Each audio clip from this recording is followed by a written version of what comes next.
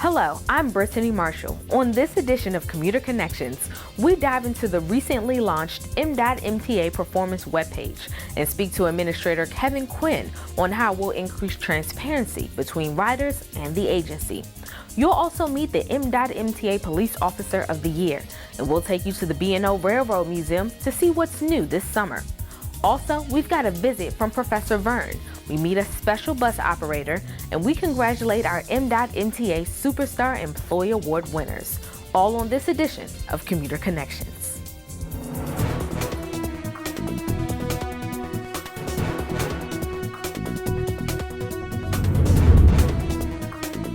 M.MTA's mission is to provide safe, efficient, and reliable transit service across Maryland with world-class customer service. One way we're ensuring that we meet this goal is with our newly launched Performance webpage. It provides riders with unprecedented access to on-time performance data on each of our core bus routes. M.MTA Administrator Kevin Quinn joins us with a look at this webpage. Thanks for joining us. Thanks for having me. And so this launched in May. Huge importance to our M.MTA. Can you tell us why it's such a priority for the agency? Yeah, so a big one for me that we've been really trying to push throughout the agency is transparency. We want to be transparent with our riders about how we're doing, and that's something I've made a priority of mine for the last couple of years that I've been in this position.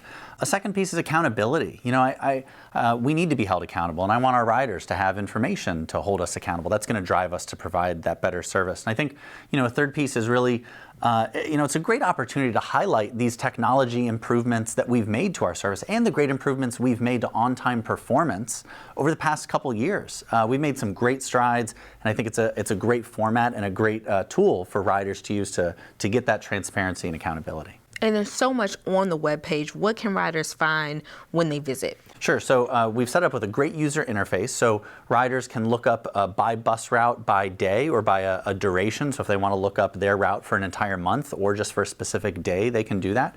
And then it shows for each route that they're looking up, it shows across all of our time points on that route, the number of stops that were early, on time, or late. And so they can really get a great snapshot of how their route is doing. And how far back does this data go? So it goes back to when we first installed GPS units on our buses, which was April of 2018. And the data, as folks are searching on it, we don't update it on a day-to-day basis. It goes back, it's on a roughly every 2-week cycle. So folks can look back 2 weeks. We talk about the GPS data on the buses and how important that is. So how important is this data to helping the riders, but also M.MTA? So, 2 pieces here. One is we can really use that data to build better schedules. And that's something that we did for the first time, in the agency's history back in February with our February service change. And we saw some great improvements in using real-time data to build our schedules. We saw 25 of our routes all improved by 5% or more. That's great improvement. And the average route saw about a 4.5% improvement. And other routes, we're seeing 10, 15% improvement. It was great to use this real world data. A second piece for us is it allows us to target routes that are having problems. So, putting it out there and both internally and externally allows us to really target routes where we're seeing maybe construction impacts or scheduling impacts. We can really zero in on those and make those changes. And what's the process that you all went through for creating something like this for riders? So Steve Gladstone, our Director of Digital Marketing and Content, I wanted to be sure to get his title right, really led the effort for this on us. And Steve has done a fantastic job and really led an internal collaborative process to building this site.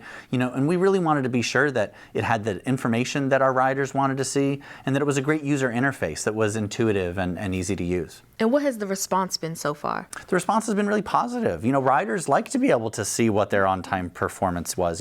Was an issue that they had, was it a fluke, or is that kind of the standard for that route? And then oftentimes they let us know, which I'm very thankful for, because again, that allows us to target that route for schedule changes, or we can put field supervision out there to really be sure that route stays as much on time as we can keep it. And we're talking about the webpage. Where can people find it? People can go to mta.maryland.gov and look under our performance improvement webpage, and they can find it right there and search to their heart's content. Thank you so much for being here, Mr. Administrator. Appreciate it. Thank you. Thank you. M.MTA is proud of the many men and women who provide transit services to our riders each day. And right now, we'll introduce you to one operator who went above and beyond to make sure some students got to school safely. Demario Purnell. My badge is 1663, and I'm a transit operator for M.MTA. I'm Ms. Goldenberg. I am the ESO teacher here at Roland Park Elementary Middle, and it's a part of a bigger ESO department of Baltimore City Public Schools. On that particular day, I noticed a few students that I've never seen before ride the bus, but that's common. See different people come and go. The students we are working with this year, it's a refugee family from the refugee camp in Tanzania, but the family is originally from Congo. It has been a big journey for them as a family, for us as the school accommodating them. We wanted to find a way to give them the tools to ride to school by themselves if they happen to miss their bus. And we came up with a solution to provide them with the bus tickets and teach them how to ride the MTA buses. I'm almost towards the end of the line. I have this one student, shows me his phone and points to a bus number. And I'm like, okay, you're nowhere near that bus. We're on the other side of town. So now, at the end of the line, we're at Moravia Loop. I still have the oldest brother and the younger brother and sisters on the coach. So I said, exactly where are you trying to get to? He's still pointing to his phone that he needs to connect to that line. I said, well, what's the school? Fortunately, he just so happened to pull the map out of his pocket, and the map had on there Roland Park Middle. So then I immediately notified BOCC, spoke with the supervisor there, and she asked me if I didn't mind, would I please escort those kids to school? I said, okay, no problem. So got to the school safely. I walked them all in. The 3 out of the 4 did attend the school. The older brother, come to find out, was responsible for getting his younger brother and sister to school. So what school do you go to now? Speaking with supervision again, they said, okay, well, once again, we need to get him to school. So if you don't mind, again, can you do the same thing? Get him to Forest Park and escort him in the building to make sure that's where he really belongs. The reason I took the step to really help him, because I looked at it as me being a parent and my kids were trying to travel to get to school and they would be lost. So the kids found in your person, the person who had the compassion to really put yourself in their shoes and not stress them and more than they were already stressed. So we made a thank you card for Mr. Purnell. Can you read it? Thank you for help. Have plenty fun. Thank you for helping me. So they made the bus 28 and they made themselves getting on the bus. There you go. So I thank you again for doing a great job for the kids every day. You're welcome. Thank you. Coming up, an M.MTA police officer who's making a major impact and was just recognized as Officer of the Year. Stay with us.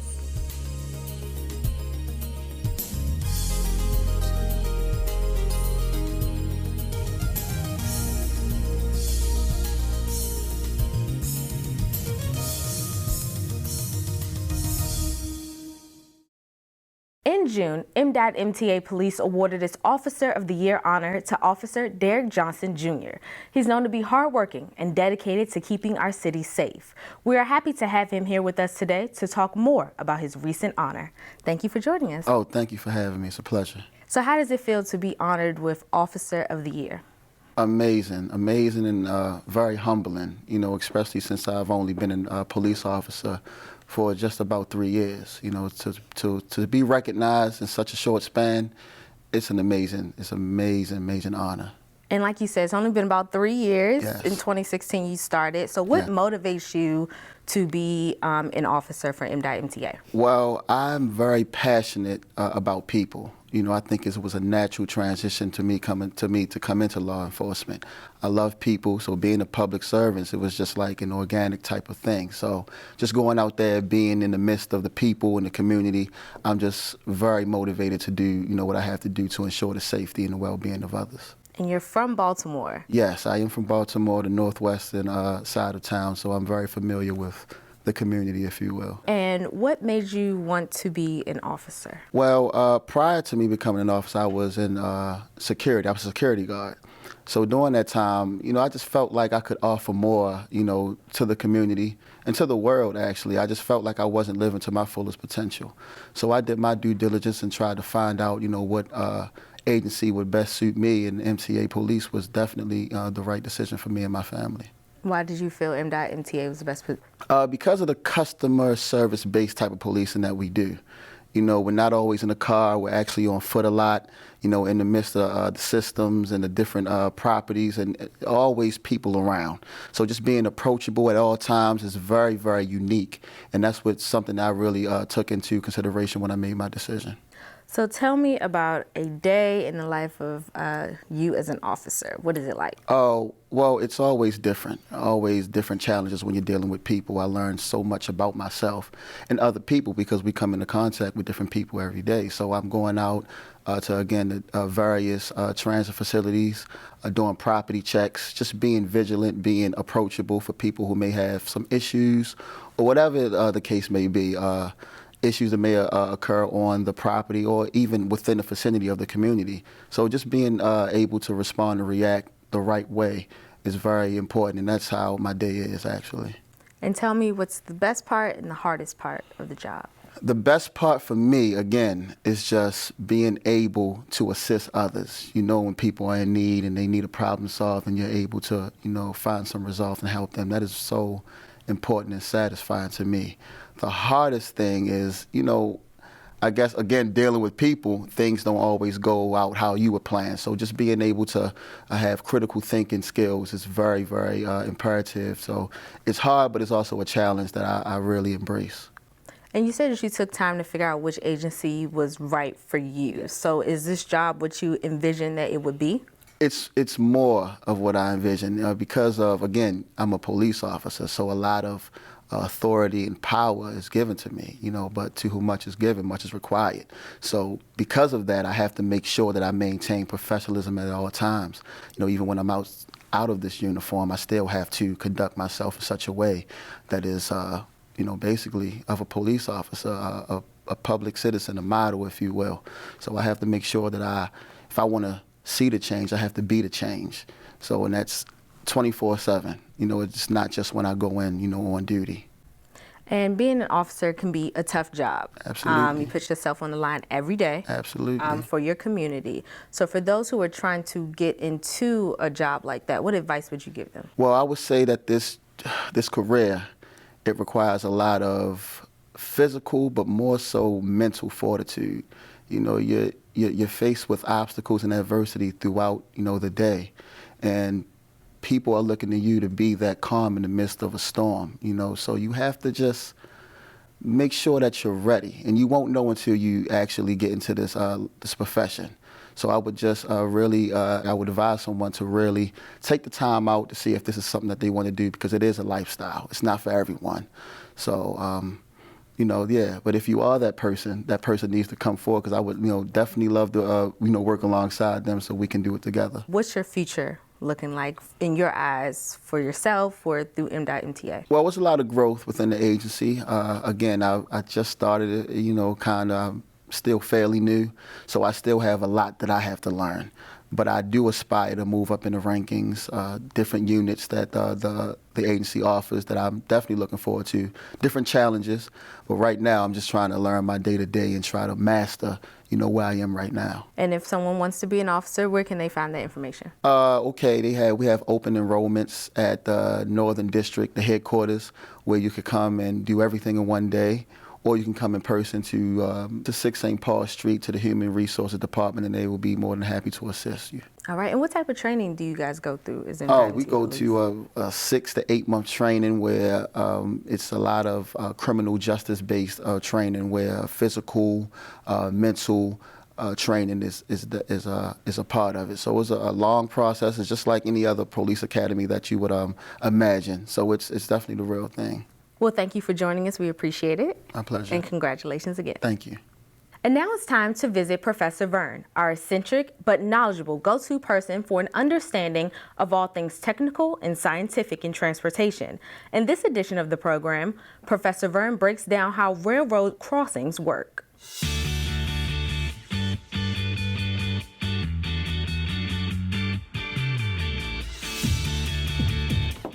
Professor Verne, how's it going? Professor Verne, what is that? Good morning, Administrator. That's just my robot assistant. Good morning, Administrator. It talks. But how does he know my name? Everybody knows your name, Administrator. I wonder if the coffee pots and microwave ovens recognize me too. Coffee pots don't have an artificial intelligent 28-core monster 5 gigahertz processor. Silence, robot, or I'll disconnect your speech center. Sorry, Administrator. Robot can be a bit sensitive at times. Never mind, Professor Verne. Can you tell me how railway grade crossings work? Absolutely, Administrator. Railway crossings provide for the safe passage of motorists and pedestrians across railway tracks. To start with, railway crossings are identified using an advanced warning sign and pavement markings before you get to the crossing. So it's very important to take notice of the advanced signs and markings? Absolutely, Administrator. In fact, there's 2 types of grade crossings, passive and active. Now, both types have a crossbuck sign. Now, it's important that motorists know that a crossbuck sign should be treated just like a yield sign, in that we yield for railway traffic. So what's the difference between active and passive crossings? Great question, Administrator. Passive crossings contain signs and pavement markings, but active crossings contain automatic red flashing lights and possibly a warning bell and automatic gate arms. Wow, Professor Verne. So how does it all work? You see, there is electronic circuitry that senses the presence of oncoming trains. When a train is about 23 seconds from the crossing, the automatic system activates the red flashing lights and warning bell. So what happens next? A few seconds after the lights start flashing, the gates begin to descend. Now, there's a huge counterweight on the back of the gate arm, so if the crossing system loses electrical power, the gates simply fall by themselves. This is known as a fail-safe condition. So the motor isn't needed to lower the gate arms? Administrator, automatic highway crossing gates are highly intricate mechanisms and shouldn't be discussed using such mundane descriptions. Sorry, Professor Verne. I'll leave that to you. Come to think of it, you're actually right this once. It's the counterweights that drive the gates down. Anyway, before the train reaches the crossing, the gates reach their full horizontal position, and they stay down until the train is safely past the crossing. Professor Verne, I want to observe an active railway grade crossing in operation. Absolutely. Let's go check one out.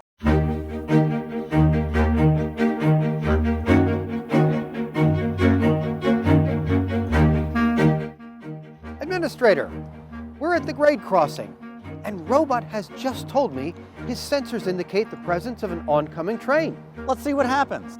Administrator, quickly notice the red lights beginning to flash and the bell sounding off. Now see the gate arms begin to descend. The train should be getting close. And now the gate arms are fully down. Now that the train has passed the crossing, the gates begin to rise, but the lights continue to flash. Now that the gates are fully vertical, the red lights stop flashing. It's now safe to pass through the crossing. Professor Verne, should drivers wait until the gate arms are all the way up before entering the crossing?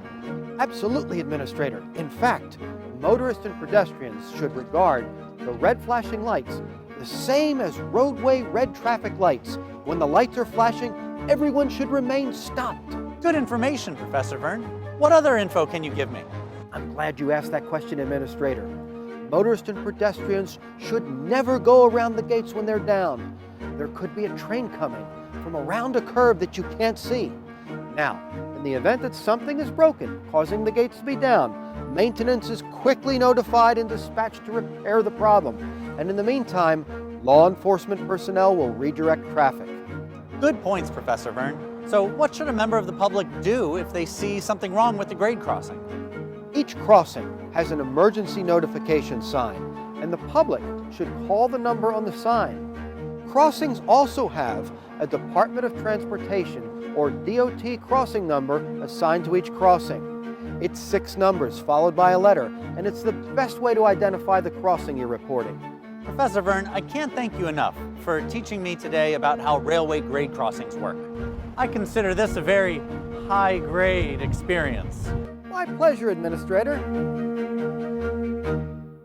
Coming up next, a journey back to Railroad Pass, a look at the B&O Railroad Museum and its current exhibits.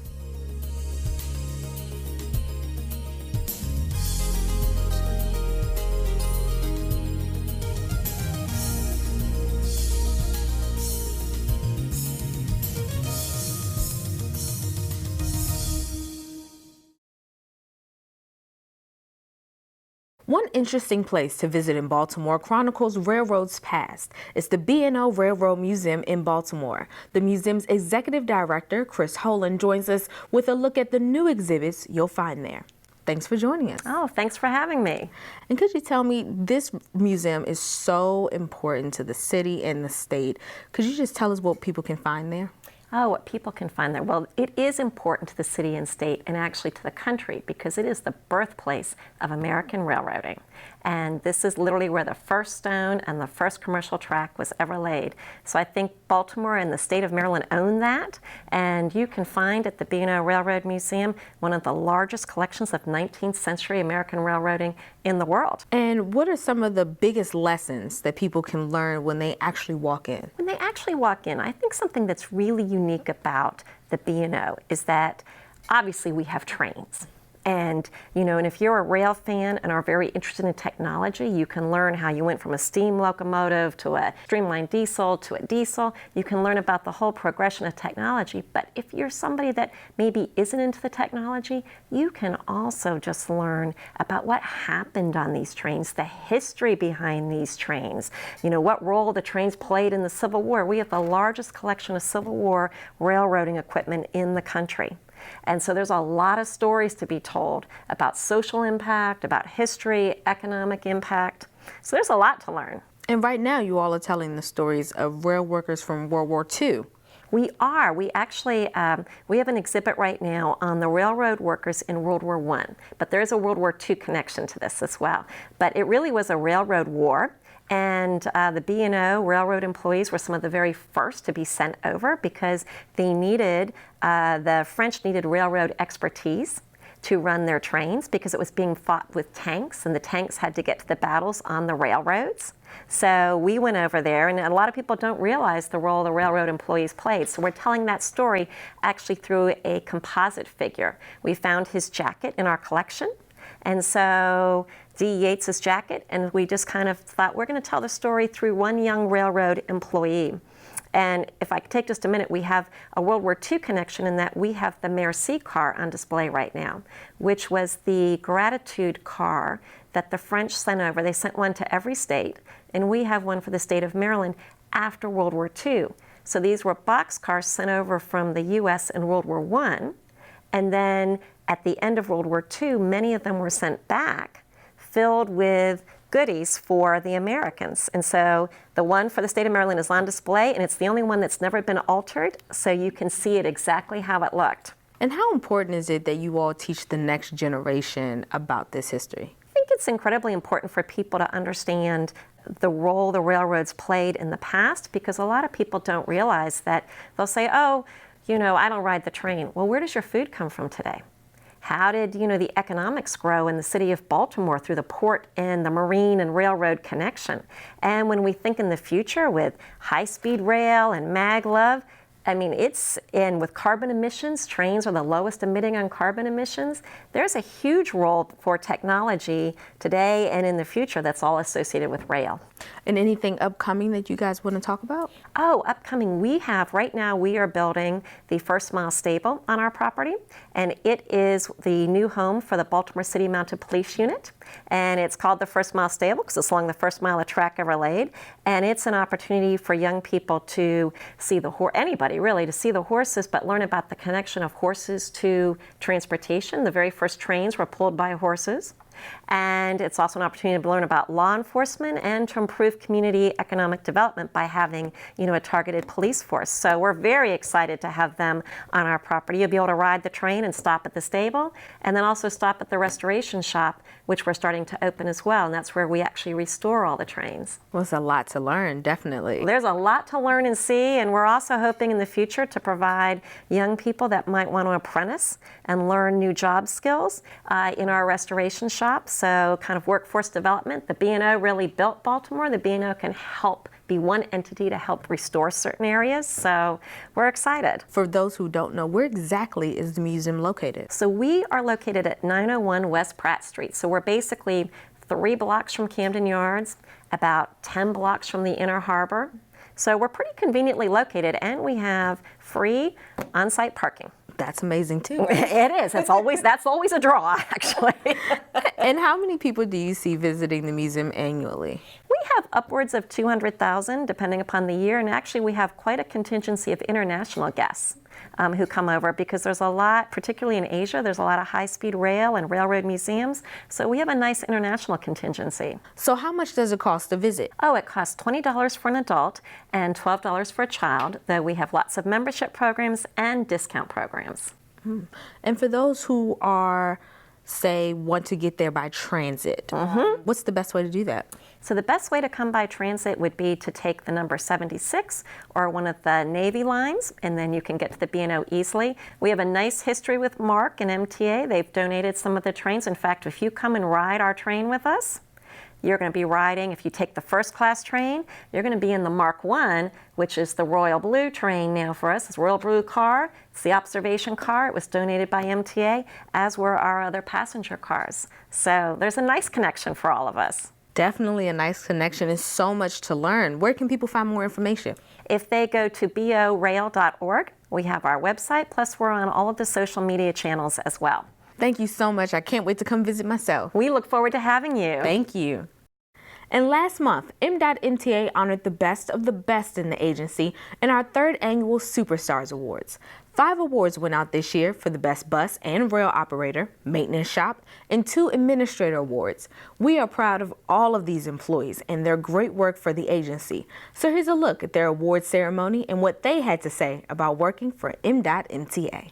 The employees here are honored at this gathering to represent sort of the boots on the ground, the people who are at the sort of the tip of the sword of our service.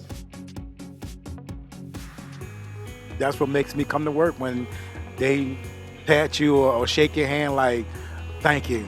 You smiling, you always get us on work on time, and you come to work every day. So it's a blessing. I've been with MTA 28 years. I attribute my success to this job by coming to work, learning my job first of all, being on time, then I'm gonna continue to do the same job or try to do it even better. I was incredibly honored to even be nominated, let alone win this award. I mean, I work with so many different people around the agency, and just to be able to collaborate with all of them in all the different departments, it really is something special. My smile couldn't get any bigger. It was an honor to be in a room with so many talented people.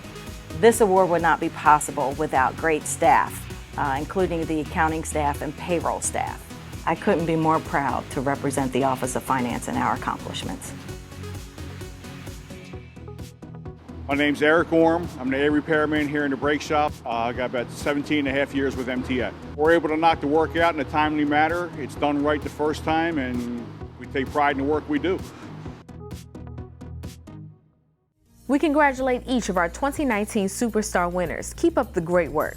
And that brings us to the end of another edition of Commuter Connections. Thanks for joining us. We'll see you next time.